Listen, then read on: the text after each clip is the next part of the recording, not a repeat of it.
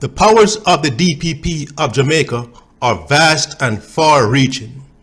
A pivotal office in governance, the Director of Public Prosecutions, DPP, in Jamaica occupies one of the most consequential positions in the country's governance framework.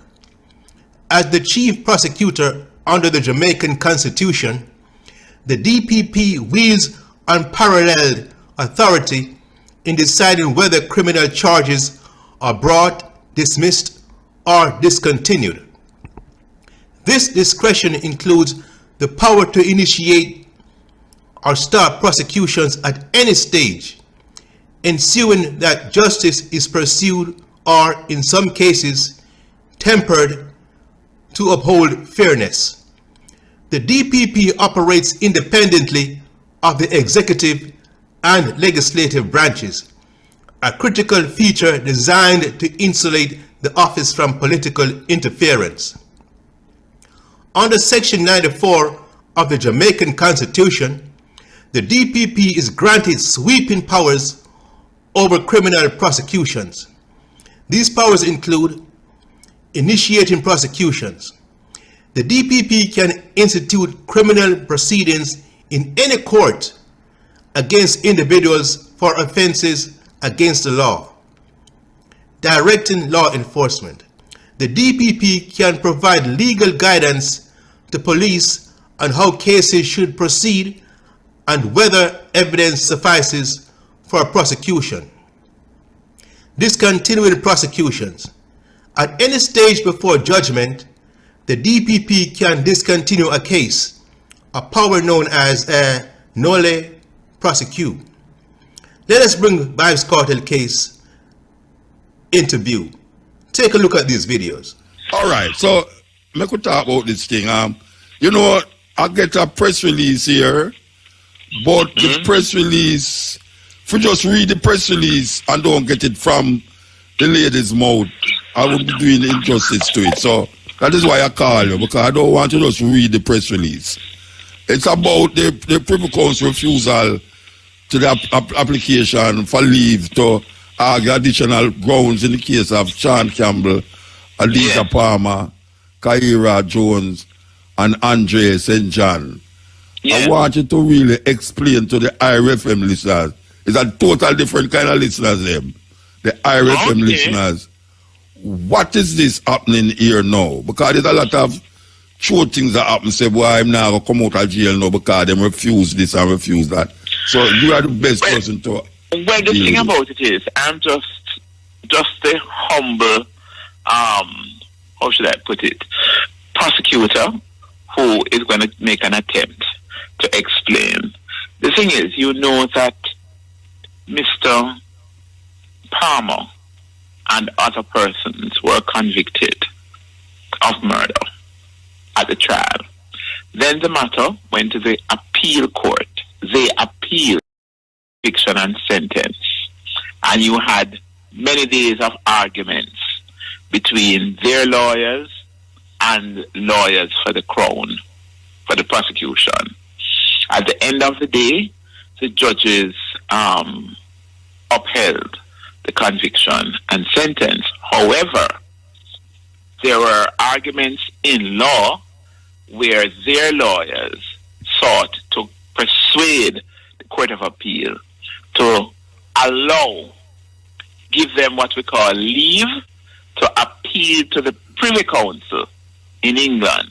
The Privy Council, according to our structure, legal structure, is still the highest appellate body for Jamaica.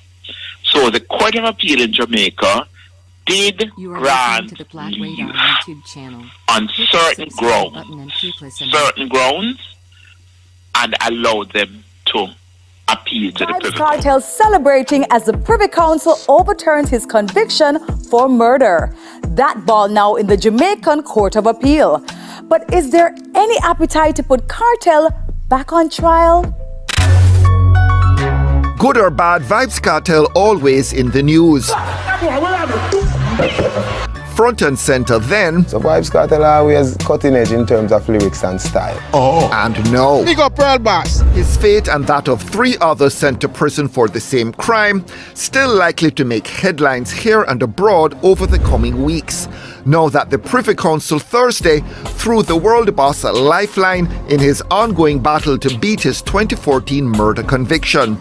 It literally kicked the ball back into our court, but not before setting aside the DJ's conviction. The Privy Council, Kartel's only hope since the Court of Appeal here rejected an earlier attempt to free him. The Judicial Committee of the Privy Council has unanimously concluded that the appeals should be allowed. So, what's likely now? Another lengthy, costly and tricky retrial of a popular, if controversial, dancehall hero? Or will the justice establishment, which is sure to be embarrassed by Thursday's ruling, cut its losses and let him walk? In 2024, 2 significant legal developments unfolded in Jamaica. The temporary replacement of Director of Public Prosecutions, DPP, Paula Llewellyn, and the decision not to retry dancehall artist Vybz Kartel for murder. In April 2024, Jamaica's Constitutional Court invalidated a 2023 constitutional amendment that had extended the retirement age for the DPP from 60 to 65 years.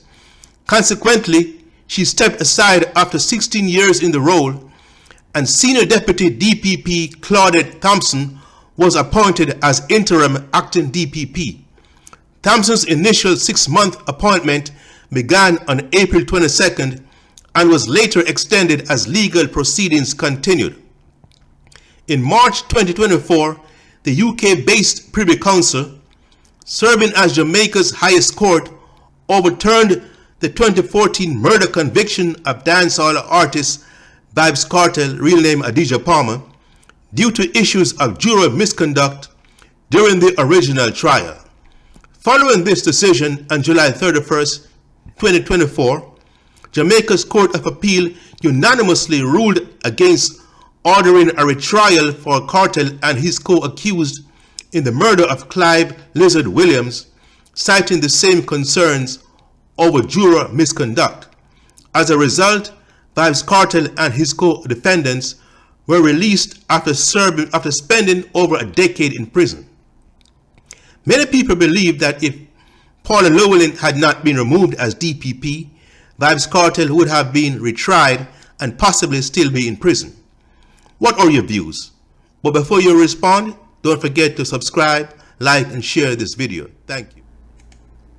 The ruling Jamaica Labour Party and the opposition People's National Party view the office as pivotal in shaping the political landscape. When Paula Llewellyn's tenure was extended, opposition figures Peter Bunting and Philip Paulwell argued that the move was unconstitutional. Their concern was not just about the legality of the amendment, but about the precedent it sets for executive interference in an independent office. The JLP-led government, on the other hand, argued that extending Llewellyn's tenure was about retaining experienced leadership in a critical role. However, critics saw it as a politically motivated maneuver to keep an ally in office. The case ultimately reached Jamaica's constitutional and appellate courts, highlighting the deep political divisions over this office. There are 2 high-profile cases scheduled for early next year, and Jamaicans will be watching keenly, as they are members of the JLP and allies of Prime Minister Holness, who played a key role in granting the DPP an extension. Ruel Reid and Fritz Pinnock set for January 12th, and Marissa Dalrymple Filbert set for March 31st, 2025. Will the DPP, who has the power to do so, intervene on the Prime Minister's behalf, or will she remain impartial? The battle over the DPP's tenure underscores the fragile balance between independence and influence, a balance that will continue to shape Jamaica's justice system and democracy.